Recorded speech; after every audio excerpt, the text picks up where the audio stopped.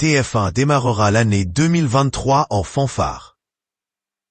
En effet, la chaîne dévoilera le 1er janvier prochain un documentaire inédit entièrement consacré à Florent Pagny. Intitulé Florent Pagny, un homme libre, et réalisé par Michel Jankielewicz avec Alex Delle, il sera diffusé à 13h40.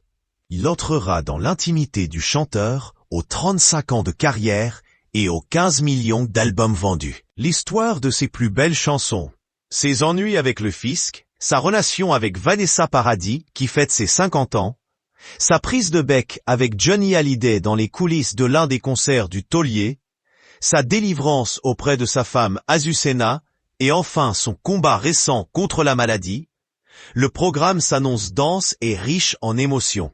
Le chanteur n'est pas un grand fan des réseaux sociaux, qu'il utilise vraiment au compte-gouttes. Il s'en sert toutefois ces derniers temps pour tenir au courant sa communauté de son état de santé. Florent Pagny se bat contre un cancer du poumon. Cette fois-ci, c'est une annonce beaucoup plus réjouissante qu'il fait dans un tweet. Un long métrage exclusif au cours duquel l'interprète de Savoir aimer sera raconté par ses proches, à commencer par son épouse, sa famille et ses amis, parmi lesquels Patrick Bruel, Kad Merad, Pascal Obispo et Nikos. Et si aujourd'hui, la carrière de Florent Pagny a de quoi faire rougir d'envie la plupart des artistes, il n'en a pas toujours été ainsi. Quand je l'ai rencontré, il dormait pratiquement dans sa bagnole. C'est l'époque où il se fait planter par tout le monde. Tout le monde se foutait un peu de sa gueule. Ça marchait plus. Ça aurait pu s'arrêter comme ça pour lui, confie notamment Kad Merad, l'un de ses amis les plus proches, face caméra. En effet, 3 ans après son premier succès musical, plus rien ne fonctionne pour le coach historique de The Voice qui se fait abandonner successivement par sa maison de disques, puis par son producteur. Dans la foulée, il connaît quelques déboires avec le fisc français, comme il le raconte d'ailleurs sans filtre dans son très célèbre titre « Ma liberté de penser ». Et c'est Pascal Obispo, un autre de ses grands amis, qui le tirera d'affaire à l'époque en rachetant ses meubles aux huissiers, comme il l'évoque dans le film de Michel Jankielewicz. Une suite d'événements qui auraient bien pu mettre un terme à la carrière de Florent Pagny, mais c'était sans compter sur sa rencontre avec celle qui partage sa vie depuis bientôt 30 ans.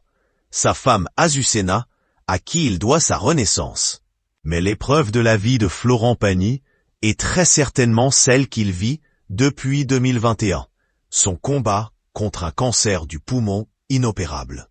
Et à sa femme de raconter l'annonce de la terrible nouvelle. Là, il m'appelle, il était en train de préparer son enterrement. Je lui dis, attends, arrête, ça peut tout être, attends de savoir un peu plus, de faire des études qu'il faut, calme-toi, explique-t-elle d'abord.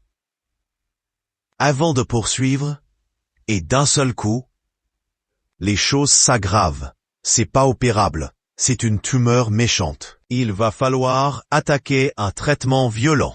Un post cher par Florent Pagny, écrit Pagny officiel, pour Patrick Bruel, qui prend également la parole dans ce documentaire. Apprendre sa maladie sonne comme une déflagration. Il m'a rassuré en me disant qu'il n'y en avait pas ailleurs, que c'était pris à temps et qu'il allait faire ce qu'il fallait, se battre pour mieux revenir. Ce qui m'a frappé, c'est que Florent me dise « Je ne pouvais pas imaginer qu'on m'aimait autant », raconte-t-il en évoquant celui qui s'apprête à retrouver très bientôt le chemin de la scène. D'ailleurs, le film diffusé sur TF1 dans quelques jours se terminera par un message de Florent Pagny à son public.